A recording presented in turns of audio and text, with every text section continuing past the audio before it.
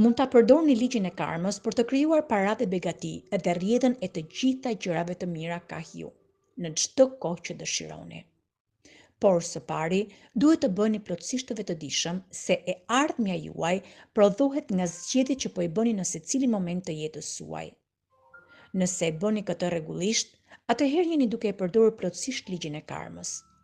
Sa më shumë që merrni vendime të vetëdijshme, aq më shumë do t'i bëni ato zgjedhjet që janë spontanisht korrekte, edhe për ju, edhe për ata që janë rreth jush. E karma e kaluar? Në mënyrë për ta çliruar atë, është që atyre që ju keni bërë keq, t'ju kërkoni falje, vetëdijshëm dhe sinqerisht.